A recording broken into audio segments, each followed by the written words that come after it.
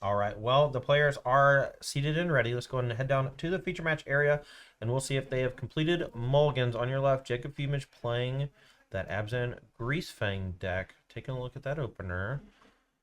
And both players are ready. So here we go. Looks like Bruni on the play. Yep. Turn one, gonna shock with the Blood Crypt. Now, this is not open deck list, so my guess has Fatal Push. Wanted to be able to go Fatal Push into Blood Tithe Harvester or Misery Shadow. But Fumich, no turn one play, and here comes the Harvester. And maybe suggest that Bruni doesn't really know the matchup because there's not much to Fatal Push on the end step here against Greasefang. Yeah, he does not know the matchup. Yeah. Right? That's what I mean. It's closed deck list. Here comes turn two Scrapwork Mutt. We're going to go discarding. Maybe we get something like Parhelion out of the hand, but no. Oh, there it is, a Parhelion. Okay, so potential turn three Greasefang Parhelion attack. We'll see if Bruni has any way to stop it. Blood Token plus Fatal Push does offer a little bit of insulation, but you can't hold up 2 mana every turn, then you're just going to die. Comes an attack with the Blood Tithe Harvester. We'll see if Fumich wants to trade. I think this is a pretty good trade. Yeah. Fumich's deck can play a longer game, so you don't really need to be the aggressor with these cheap creatures. You're the aggressor with your combo, and your combo is already half assembled. Yeah. So you were talking while we were doing the beginning of the round stuff about the Scrapwork Mutt and the inability to use the red mana to bring it back from the graveyard, you know? The innovation, I think, from the Pro Tour version of this deck, not only the Vessel Traverse combo, but you also are just playing a ton of mana confluence as your 3-color land that enters untapped, and the couple points of damage don't really hurt you that badly, but it actually adds red to the mana base so that you can bring back the Scrapwork Mutt. Yeah, it just gives you that little bit of extra value.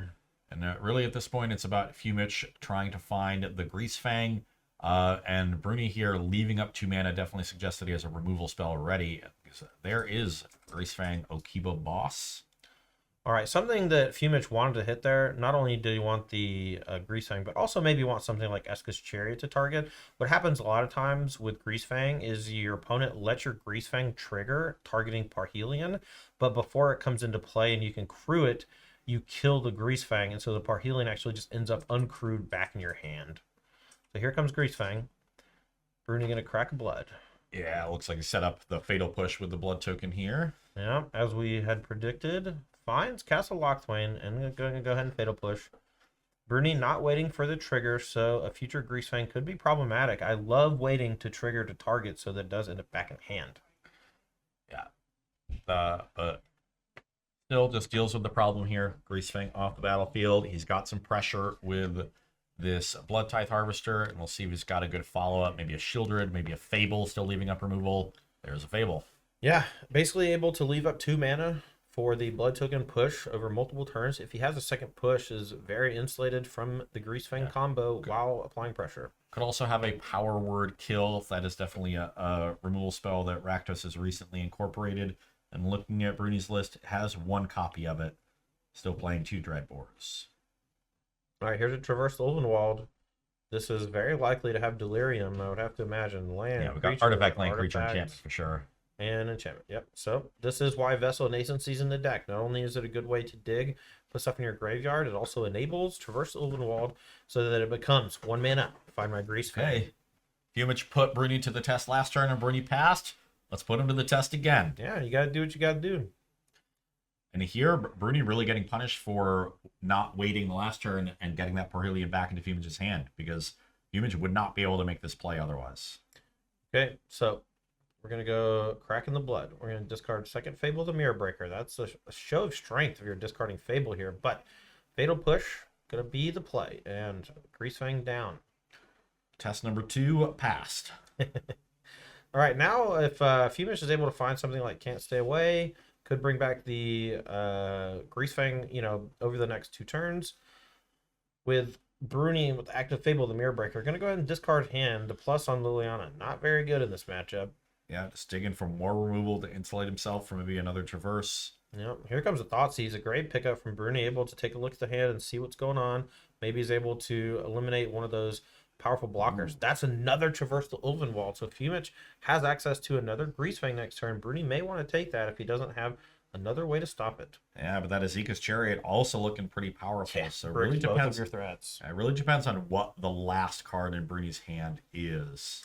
Yeah. If it's a land, I think you take Traverse and then you go land, activate Den of the Bugbear, attack for a chunk, and then you just kind of hope to sweat through the Esca's Chariot. If you have a way to kill Greasefang, I think you just take Chariot. Yeah, I am exactly there.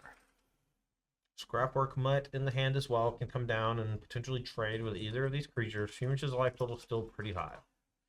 Yeah, and honestly, getting pretty close to even hard casting that Parhelion in hand. Yeah, but you still need a way to crew it, so it's not that good even if you do cast it. I've cast it plenty of times and it just did nothing. Thoughtseize does take the reverse, and Bruni committing a cardinal sin of Thoughtseizing in waiting until after you've done all of your thinking and taken the card to then write down your opponent's hand. Cardinal Sin, huh? Gotta write that down while you're thinking. Oh, I think he picked up Graveyard Trespasser, so maybe he was thinking about what to eat with that while deciding. The awkward thing is that, if you take the Chariot, then any land lets Fumich go Scrapwork Mutt, discard the other Parhelion I'm holding, traverse for Greasefang, and then cast it. All right, well, gonna go ahead and eat the Parhelion in the graveyard. Now we have a combo here of Mutt, discard the Parhelion, and draw Greasefang exactly. If we draw land for turn, we can draw Traverse. Not sure how many Traverses are in the list. 3. Okay. All right, 2 mana. Here comes the Mutt. Discard Parhelion. Draw. Can it be the third Greasefang or a way to find it? Maybe a fourth land so we can play Esca's Chariot. Fumich making a weird expression there, like he doesn't have another land to play the Chariot. I think he might have gotten greedy with this Mutt play. Yeah. Especially if you don't have it rolled up, it's a little awkward too, specifically because Graveyard Trespasser now just gets to eat the Parhelion. Yeah, I think he found a Grizzly Salvage, though, so... Okay. Well, not dead on this attack step. Life totals are a little bit incorrect. Fumich did take 5 damage last turn, should be at 12. And Zine Bruni here looking to capitalize on the good board position. We're going to activate Den of the Bugbear. Yeah. We're going to slam. So shields are down. If Fumich can find it, he has the ability to Greasefang next turn. No more interaction, but going to need both Parhelion and a Greasefang.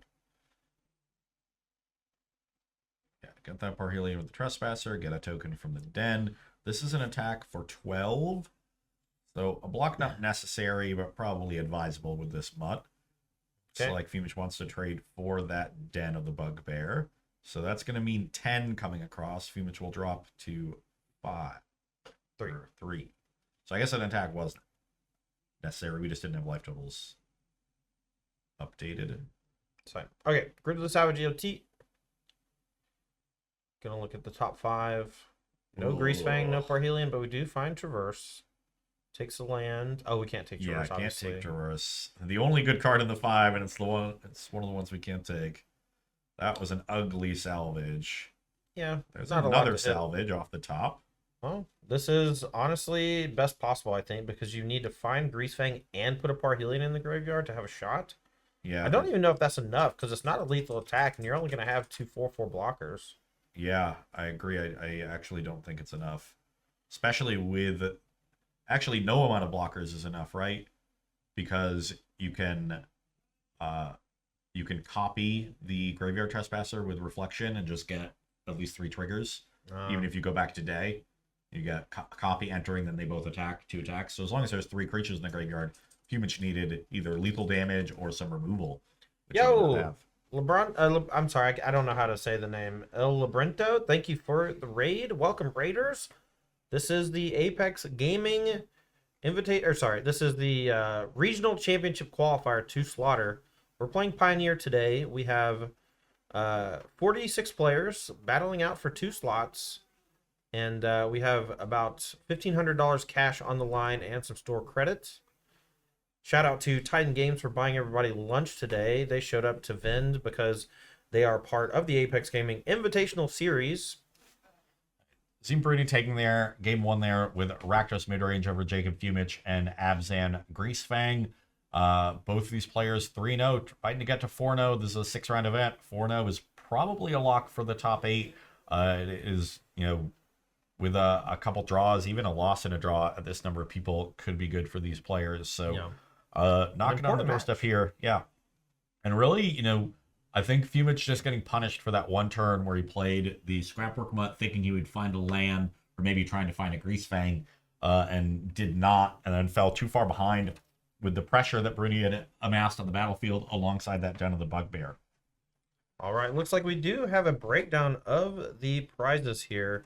9th through 12th place are going to receive $55 in store credits. 5th through 8th place each receive $80 in store credit, but the big cash comes to the top 4. 3rd and 4th place each getting $125. 2nd place getting $275, and 1st place $400. 1st and 2nd both earning their ticket to the regional championship in Dallas in the summertime. Okay, looking at sideboards here, it seems Bruni has 1 Pithing Needle, 1 Liliana of the Veil, 1 Rending Volley, 2 Kolaghan's Command, 1 Abrade, 1 Duress, 1 Necromentia, 3 Ritual of Soot, 2 Extinction Event, 1 Reckoner Bankbuster, and 1 Sky Sovereign Console Flagship. I think we'll see the Pithing Needle and Rending Volley and Abrade and K-Commands come in, since those are very helpful against all these vehicles and the combo aspect of the deck. I'm not sure if Bruni will go as far to bring in the Necromentia. And I could also see bringing in the Extinction Events, exiling on Odd to deal with the array of different creatures that they can put on the battlefield. That might be helpful. Depends on how controlling Bruni wants to be in this matchup. Maybe wants to leave in more aggression. I think you really just have to squeeze the clock. I don't think he has a ton of ways to interact with the graveyard, so he's going to be reliant on those 1 and 2 mana removal spells to kill Greasefang before the vehicle enters the battlefield. But in order to ensure that he's able to win the game, he needs that early aggression. So I would imagine things like Misery Shadow, Trespasser, these are all going to still be in the deck. And if he sideboards anything at all, I have to imagine it just has to be some big thing like Shieldred, just like an expensive card needs to come out so he can hold up mana more easily. Yeah. There are very few matchups where Shieldred is bad. I think this might be the only one. And then on Jacob Fumich's side, we have 2 Abrupt Decay, 3 Damping Sphere, 2 Duress, 2 Portable Hole, 2 Sky Sovereign Console Flagship, 2 Tireless Tracker, and 2 Unlicensed Hearse. I like the boats. I like the trackers. I think Fumich's plan here is to move away from the combo a bit and become more of a value-based mid-range deck. And both those cards are excellent in that plan. I think last game texturally looks massively different if Fumich just plays Eska's Chariot on turn 5 instead of, playing a Scrapwork Mutt hoping to get lucky. Or I guess it was turn 6. Yeah.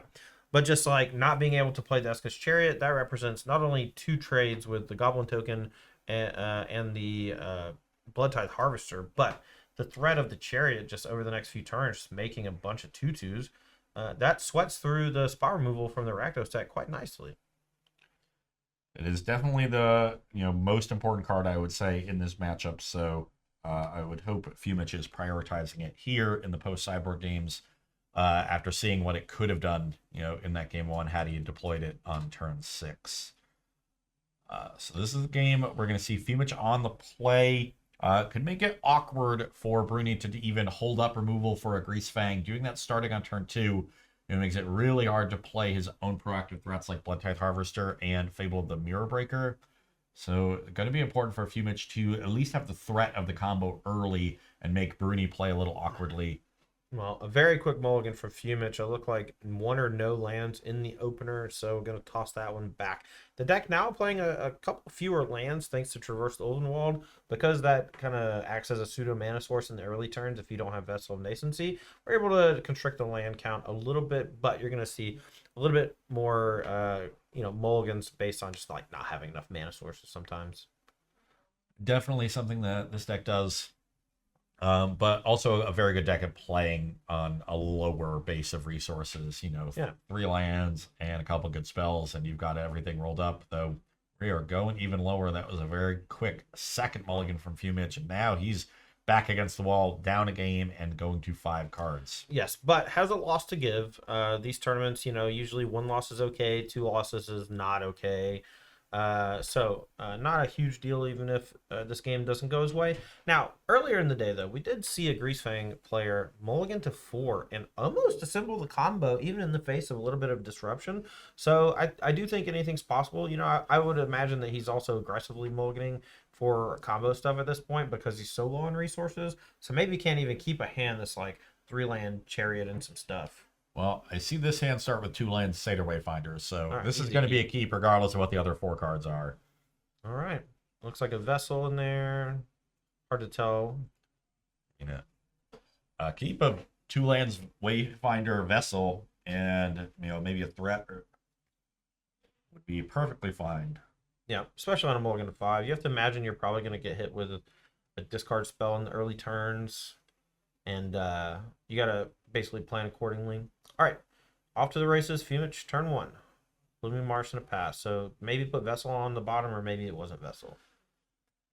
We got Black Cleave Cliffs from Zine Bruni in a Thoughtseize as we expected. And here's a hand with Wayfinder, Abrupt Decay, Traverse, and Concealed Courtyard. Ross, what do you think about Abrupt Decay in the matchup? I don't think it's that good. Again, closed deck list, so maybe you're expecting Unlicensed Hearse. Okay. And when you're playing these mid-range battles, sometimes you just need to get a creature out of the way. Kill a Bone Crusher Giant, kill a Graveyard Trespasser, discard Parhelion to that ward. Yeah, killing Misery Shadow also does some stuff too. It keeps your Can't Stay Aways live draws because your Greasefang when dying just goes to the graveyard.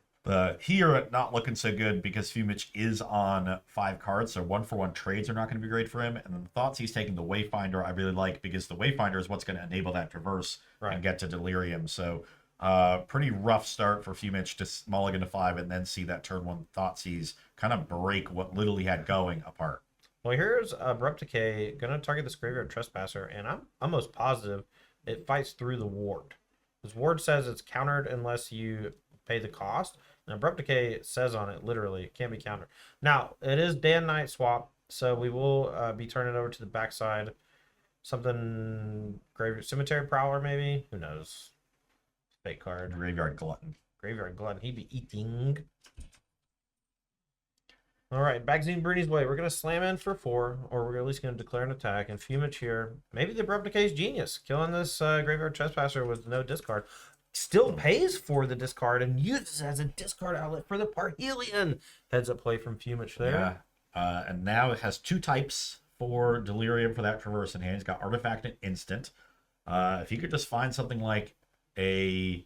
Oh, no. Brutal. That's the second copy. There's only 2 in Bruni's list. Had both of them. Yeah. Thoughtseize and a double Trespasser. Pretty good against the graveyard deck. And now Fumich finds the 4th mana source. Going to play Eska's Chariots. That's pretty good. Yeah. That's pretty good. Yeah, I mean, it threatens to trade with the Graveyard Glutton. We can tap the 2 Wolf tokens and crew the 4/4. We can also threaten to double block. I think that's maybe a little bit worse. You can also just take it, not block. And then your opponent has to hold up a bunch of mana to be able to beat Eska's Chariot later. I see Sulphur Springs. I see a Pathway in Bruni's hand. Okay, Fatal pushing one of the cats. I think we'll see a crew in response. Yep, and this is essentially Bruni just saying, I want you to crew now, or if you don't crew, I want to be able to attack. And here's an extinction event, and this is going to name Even. And even though the backside of Graveyard Glutton doesn't have a mana value, it checks the front mana value of 3, being odd, and an extinction event eliminates everything on the battlefield. So, Glutton going to come in. I guess we're exiling our own cards. Yep. I don't know why, but, Oh, there is one Graveyard Glutton there. I think you have to choose. I guess you could have only exiled 1, but the Graveyard just doesn't really matter for the Rakdos deck, so. Yeah. Kroxa is a card that they sometimes play, but if it was in the main deck, it would not be in the post-sideboard games. Like Lilion the Veil, giving your opponent a discard of their choice is often dangerous. Okay. Tireless Tracker is a nice one here. Oh, nice Traverse pick. for a basic, get a clue.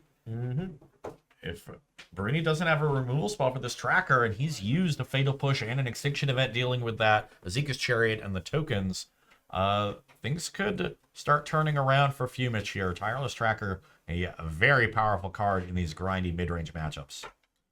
All right, it's going to go back Bruni's way. The Graveyard Trespasser does transform back, Okay. so... That's a swamp off the top. I do see a Shieldred, though, so maybe Bruni going to be, taken to the red zone, try to get this game over with, and say, you know what, you can draw cards because each one represents another shock. All right, we're going to attack for 5, and Fumich here has to consider trading with the Graveyard Trespasser, but if he takes it, he might be able to leverage the Tireless Tracker for a couple extra cards. Looks like he does take it, and now Shieldred going to punish him for that. Any draw is going to deal him 2 more damage. Takes 2 a turn from the draw step, and a board full of creatures from Zine Bruni is bad news for Fumich. Yeah, and just not a lot that Fumich can do to deal with this Shieldred. He's got Abrupt Decays in his deck, but Shieldred mana value 4 dodges that one quite nicely. Yeah, down to 3 and packs it in. Jacob Fumich defeated by Zine Bruni and Rakdos. Midrange is humming right along.